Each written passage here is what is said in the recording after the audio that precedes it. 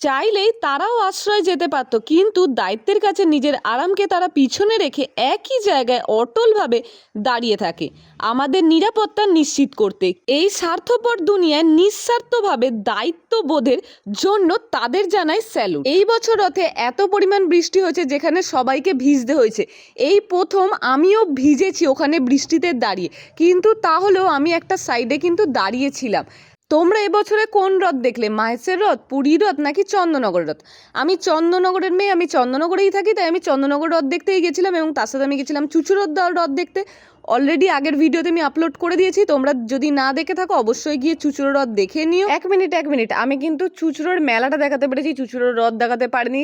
যদি তোমরা চুচুড়ো থেকে কেউ ভিডিওটা দেখে থাকো অবশ্যই কমেন্ট করে জানিও যে চুচুড়োর রথ কোথায় দাঁড়ায় এবং চুচুড়োর রুটটা কি। আমি কোনোটাই জানি না, তো আমি গিয়ে খুঁজেও পাইনি, শুধু মেলাটা থেকে বাড়ি চলে এসেছি। এবং এখানে আমি গেছিলাম হচ্ছে একটি বাড়িতে, সেটা হচ্ছে সানরাইজের তলাতে। সেই পুরো ভিডিওটার ডিটেলসটা আমি আগের ভিডিওতে দিয়েছি, যদি না দেখে থাকো অবশ্যই দেখে নিও। এরই মধ্যে অনেকেই চুচুড়োর যে মেলার ভিডিওটা আপলোড করেছি তাতে আমাকে অনেকেই জিজ্ঞাসা করেছে চুচুড়ে এত বড় মেলা হয়?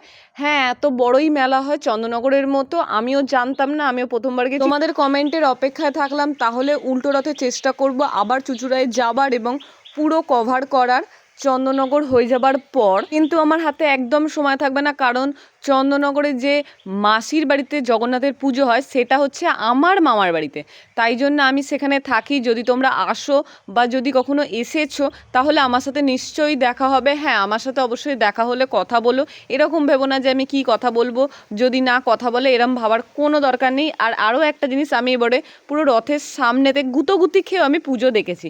তারপরে আমি বাড়ি ফেরার পথে একটুখানি দই ফুচকা আর পাঁপড় নিয়ে বাড়ি চলে এসেছি। পাঁপড় নয়, সরি, লেজ নিয়ে বাড়ি চলে এসেছি।